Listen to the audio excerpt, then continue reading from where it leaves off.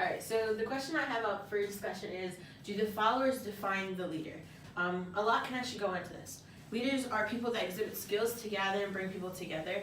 They unite and lead people into new endeavors. They help guide people, they show examples, and they motivate people.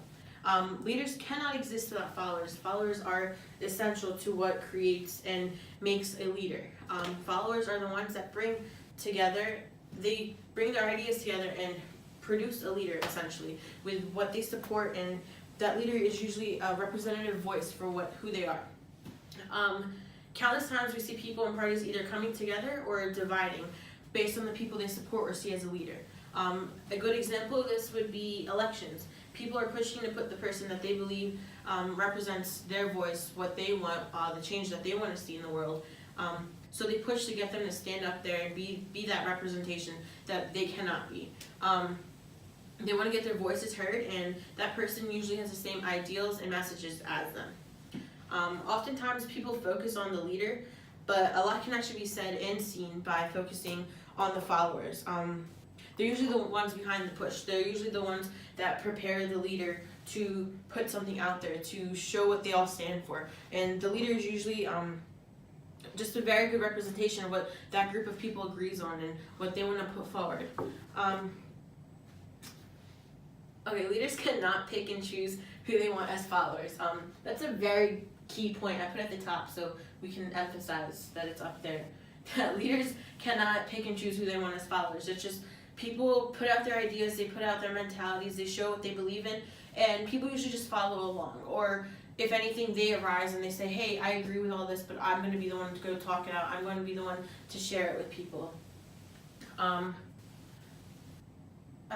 so then two theories I think relate to this are transformational/relationship theory and participant theory. So transformational theory is the relationship between leaders and followers and the impacts that they have on each other and the connections they make.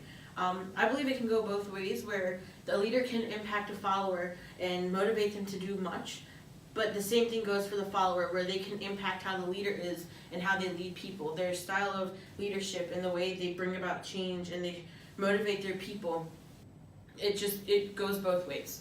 The participant theory is where followers are participating. The inputs of other people are just as important as a leader, and they are accounted for, and people are delegated different tasks, and people are working together as if the leadership part kind of crumbled and everyone has a different part in this as a collective. And they're just as important as a leader in this. Alright, so going back to these points, followers are just as important when you're looking at leaders. A good example of that would be when David Duke endorsed Donald Trump in the 2016 presidential election.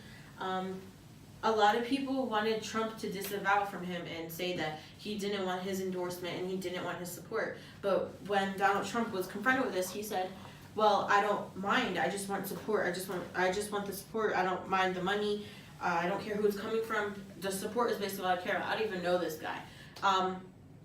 And a lot of people disliked him for it, and a lot of people thought what he did was wrong and that he should have said, he doesn't represent who I am.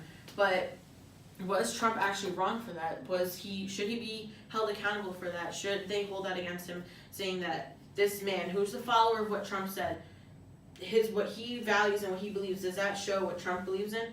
A lot of people argue, yes, it does, because why would this man choose to follow you of all people if that wasn't the case? But that's just one example.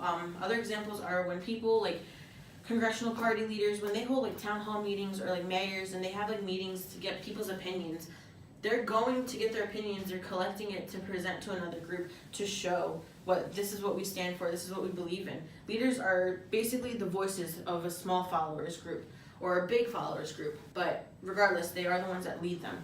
And that brings us back to the question, do the followers define the leader? Thank you.